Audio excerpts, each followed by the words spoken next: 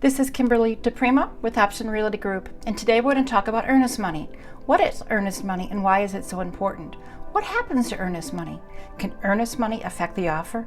This video will give you an overview of what you should know about earnest money and how it impacts the real estate transaction, whether you're a buyer or a seller. What is earnest money? It's a monetary deposit that shows a desire to purchase the real estate. When buying a home, it signifies you are serious about moving forward and provides assurance to the seller that you have not wasting their time and that you have some skin in the game. What happens to the earnest money deposit? Typically, the earnest money is held by the seller's real estate attorney's brokerage company or an attorney in an escrow account. The funds must be accounted for at closing and cannot be distributed without written permission of the buyer and the seller. When the sale proceeds to closing, the earnest money is credited to the buyer and becomes part of their required funds needed for closing. How much should a buyer offer in earnest money? Typically, a buyer will offer between 1% and 5% of the purchase price, but it can be as little as $500. There are a few factors that can affect this, however, including the conditions of the local real estate market and what the seller requests as a deposit. A higher deposit can be required if there are a lot of demands in the local market. But on the other hand, if a low deposit may be accepted if there isn't much demand for housing. Some real estate agents might recommend that their clients put down a higher deposit if they think it'll lead to the offer being accepted.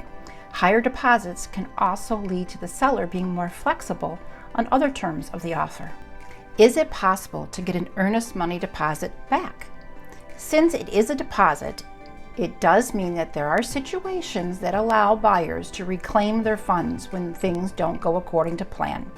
If things go wrong and the deal falls through, there are contingencies in the contract which will enable the buyer to get their monies refunded, such as if the buyer cancels due to unresolved home inspection issues or the unforeseen of not being able to secure their financing. Can you lose your earnest money deposit? Many first-time buyers think that their money is safe all of the time. Most of the time it's true. They have no idea their earnest money deposit is at risk if they violate the terms of the contract. A significant role of the buyer's agent is to explain that earnest money process for their state. An agent should also do their utmost to protect the buyer from losing their funds. This includes reminders of any essential deadlines that must be met according to the contract. The common ways a buyer may lose their deposit: they don't respond in writing for extensions that they have on the contract, such as home inspection and financing. They get cold feet, or they find another property that they like better and they just don't proceed and walk away. Or they decide to put a non-refundable deposit in order to make their offer more attractive to the seller. So, how can earnest money affect an offer? Remember, earnest money is a good faith deposit. When you place an offer on real estate in order to convince the seller that you're serious enough about your offer to put money in on it.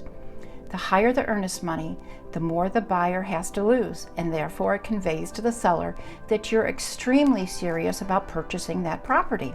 In the case of multiple offers, a seller may defer to the amount of the earnest money deposit when deciding upon which offer to choose. For instance, if there are two similar offers that come in and they have similar financing contingencies and a similar offering price, but one has a $500 deposit and the other has a $10,000 deposit, the seller assumes that the buyer with the $10,000 deposit is more likely to follow through with the purchase of the home. While this is not always the case, because buyers don't always have $10,000 of earnest money to put down as a deposit, but the seller knows that if the buyer may default, just in case they do, the seller could end up keeping that $10,000 earnest money deposit. This is why using a dedicated and experienced buyer's agent is so critical. A great buyer's agent will help the buyer through all of these contingencies, offering tips, suggestions, and advice throughout the entire process. Final thoughts on the earnest money deposits. Buying a house is a big deal, especially when it's the first time. Never take your earnest money funds for granted. Keep all the time frames you've agreed upon. Stay in the contract and ask for extensions in writing when needed. and work with a detail-oriented real estate agent who understands the importance of keeping you updated and all the key contingency dates. Thank you so much for tuning in today. We enjoyed talking about earnest money and why it's important. Follow the links and see you on the next one. Have a great day.